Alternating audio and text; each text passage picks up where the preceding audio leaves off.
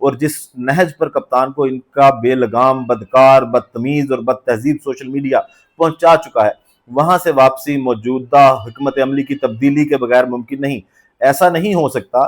کہ فوج کے خلاف لڑائی جاری رکھیں، پاکستان کی معیشت کے حوالے سے برا سوچیں اور کریں تاکہ اس کا سیاسی فائدہ عمران خان اور تحریک انصاف کو ہو جائے۔ بیرون ملک بیٹھے اپنے حمایتیوں اور یوٹیوبرز کو کھلی چھٹی دے دی جائے کہ وہ اپنے سیاسی مفاد کے حصول کے لیے چاہے کسی بھی حد تک چلے جائیں اور چاہے اس سے ملک کا ہی نقصان کیوں نہ ہو۔ 9 مئی کے بعد ریاست کی طرف سے تحریک انصاف کے خلاف سخت کارروائی کی گئی، بلکہ اب بھی یہ کارروائیاں جاری ہیں، اور چند دن پہلے علیمہ خان صاحبہ کے 2 بیٹوں کو بھی گرفتار کر لیا گیا ہے۔ ان کارروائیوں سے ریاست کی طرف سے زیادتی کا تاثر بھی ابھرتا ہے اور تحریک انصاف کی طرف سے قصوروار افراد کی پکڑ دکڑ، چادر اور چار دیواری کے تقدس کی پامالی کی بہت سی شکایات بھی کی جاتی رہی ہیں اور اب بھی کی جا رہی ہیں۔ اب بغیر معافی مانگے ان سختیوں کو کیسے کم کیا جائے؟ میری ذاتی رائے میں پہلے تو عمران خان کو اپنا سٹینڈ واضح کرنا ہوگا کہ آیا وہ اسٹیبلشمنٹ کی سیاست میں مداخلت کے حق میں ہیں یا اس کے خلاف ہیں۔ تو اس پہ ذرا انصار عباسی صاحب آپ بھی اپنا سٹینڈ واضح کیجئے گا کہ کیا آپ کو لگتا ہے کہ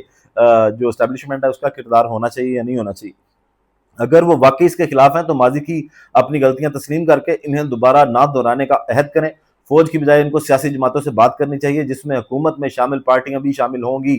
اس بات چیت سے بہتری کے راستے نکلیں گے۔ سیاسی معاملات کے لیے اسٹیبلشمنٹ کی طرف دیکھنا چھوڑ دیں اور اپنے اس اصول پر ڈٹ جائیں کہ اسٹیبلشمنٹ کی سیاست میں مداخلت کو وہ کسی صورت قبول نہیں کریں گے، چاہے اس کا فائدہ ان کو خود کیوں نہ ہو رہا ہو۔ فوج سے لڑائی حکمت عملی نہیں، انہیں مشکلات اور تکلیفیں ہی دے گی۔ عمران خان کی فوج کے حوالے سے اور اس پر تنقید کرنے والوں کے بارے میں جو رائے تھی وہ سب کے سامنے ہے، اور یہ کہ فوج اس ملک کی سلامتی کے لیے کتنی اہم ہے، اپنی اسی رائے کا اعادہ کرتے ہوئے وہ اپنے آپ کو اپنے سوشل میڈیا اور بیرون ملک بیٹھے بگوڑے رہنماؤں کو فوج مخالفت اور معیشت مخالفت پروپیگنڈے سے روکیں۔ ہو سکتا ہے کہ خان صاحب یہ کہیں کہ وہ فوج کے خلاف تو ہیں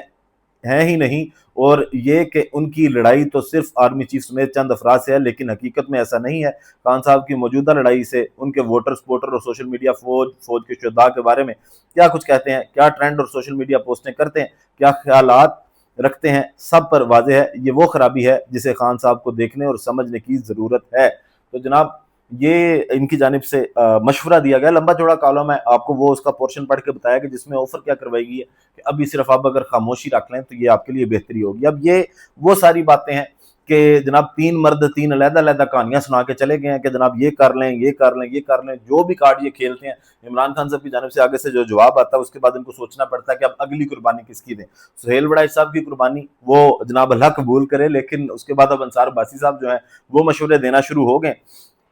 سہیل صاحب نے معافی مانگی، اب دیکھتے ہیں کہ انصار عباسی صاحب کب بعد میں اپنی اس بات سے مکریں گے یا اس پہ معافی مانگیں گے جناب میں نے بھی جو غلطی کی وہ نہیں کرنی چاہیے تھی۔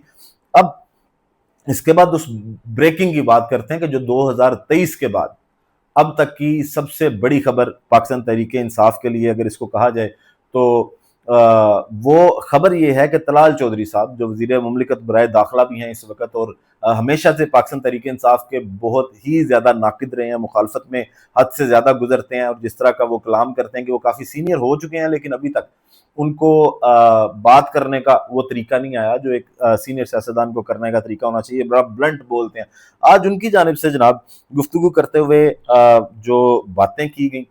وہ پاکستان تحریک انصاف کے لیے ایک اچھی خبر یا بہتری کی جانب اگر کہا جائے کہ چیزیں چل رہی ہیں۔ کل رانا ثناء اللہ صاحب عمران خان صاحب کے پروجیکٹس کی تعریف کر رہے تھے، اور آج طلال چودھری صاحب کے منہ سے جب یہ بات نکلی کہ ٹارگٹ جو ہے وہ پاکستان تحریک انصاف نہیں ہے، ٹارگٹ جناب وہ کہتے ہیں کہ وہ لوگ ہیں جنہوں نے قانون توڑا۔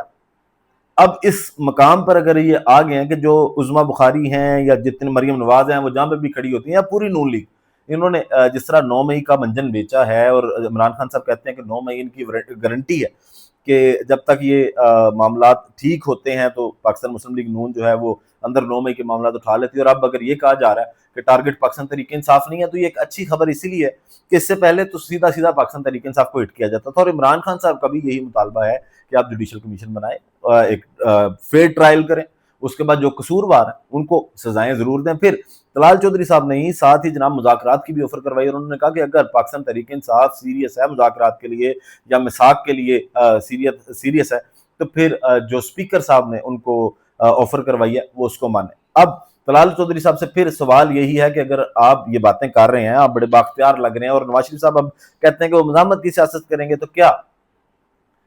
اب وہ سارے معاملات کے جو جوڈیشل کمیشن بنے گا وہ آپ بنوائیں گے؟ عمران خان صاحب سے کم از کم ملاقاتیں کروا دیں گے سیاسی رہنماؤں کی؟ اگر آپ اس کی ذمہ داری لیتے ہیں تو پاکستان تحریک انصاف جو ہے اس کو چاہیے کہ جناب وہ بیٹھے سیاسی جماعتوں کے ساتھ بھی، اگر لیکن اس سے پہلے آپ کو شو کرنا پڑے گا کہ آپ کے پاس پاور کتنی ہے۔ اب جہاں پر یہ مذاکرات کی باتیں ہو رہی ہیں، سارا کچھ ہو رہا ہے جناب فیصل آباد میں رانا ثناء اللہ صاحب کے گھر پر جو